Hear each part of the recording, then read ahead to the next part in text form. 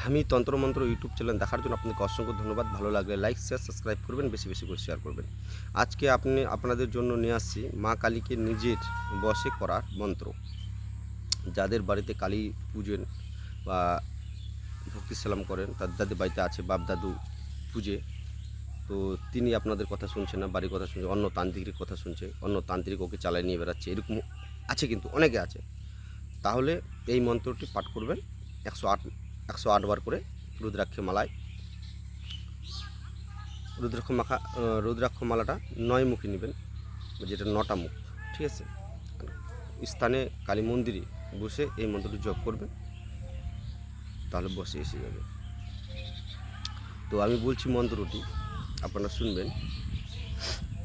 5 ফল নেবেন, 5 রকম মিষ্টি নেবেন, 5 রকম ফুল নেবেন।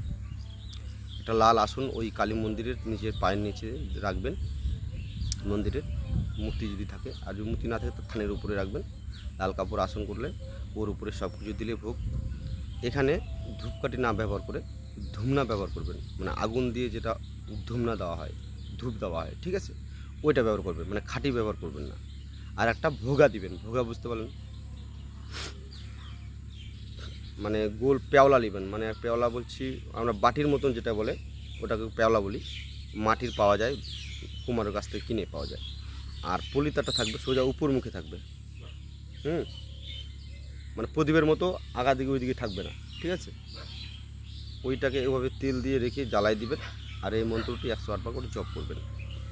যে মন্ত্রটা আমি বলবো এখন, কালী কালী মহাকালী, কালীর নাম লাগবে এখানে, কালী কালী মহাকালী।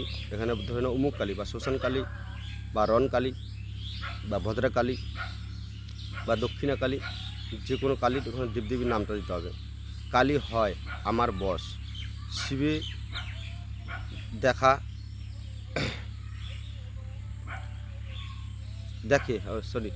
দেখে শিবে দেখে আমার মুখের রস, শিবে দেয় আমার মুখের রস, ভুল হয়ে গেল। আবার বলছি আমি নতুন থেকে, হ্যাঁ। কালী কালী মহাকালী, এখানে কালীর নাম।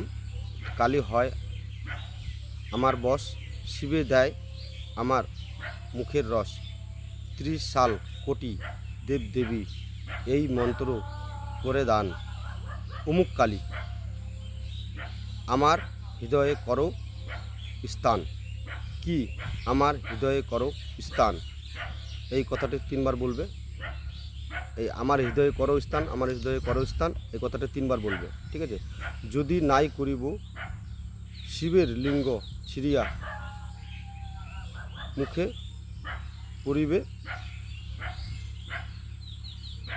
দোহাই, দোহাই শিব, দোহাই শিব, দোহাই শিব, দোহাই শিব, 3 বার, ঠিক আছে। এটাই মন্ত্র। জপ করার সময় ধ্যান করতে হবে, যেন আপনি মাকে দেখতে পাচ্ছেন বা মা সামনে স্পটে এসে গেছে, এরকম ভাবনা করে জপ করতে হবে।